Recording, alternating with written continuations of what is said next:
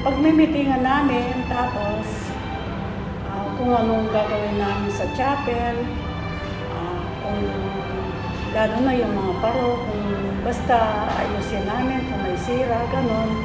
Tsaka yung mga kasama ko, yung ano sila, yung agresibo silang tumulong.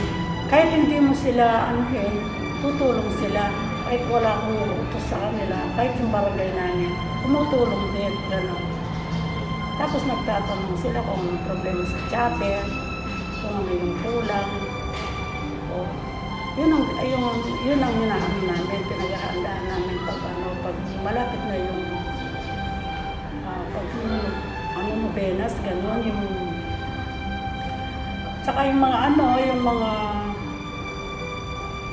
halimbawa kung wala yung mga paghahawak sa paro, gano'n, silang nag-a-assist, tinutulungan ako.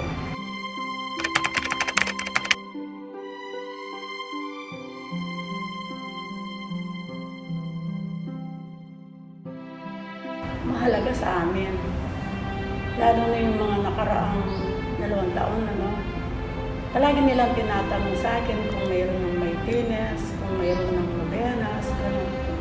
Sabi ko, wala pa. Nung sinabi ko sa kanila na magkakaroon na tayo, ayun, tuwan-tuwa sila.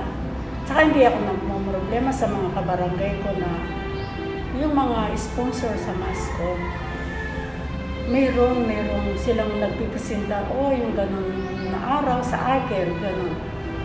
Yun ang ko sa mga kabarangay ko. Lalo na yung kahit yung barangay captain namin, tumutulong din yung mga konsyan.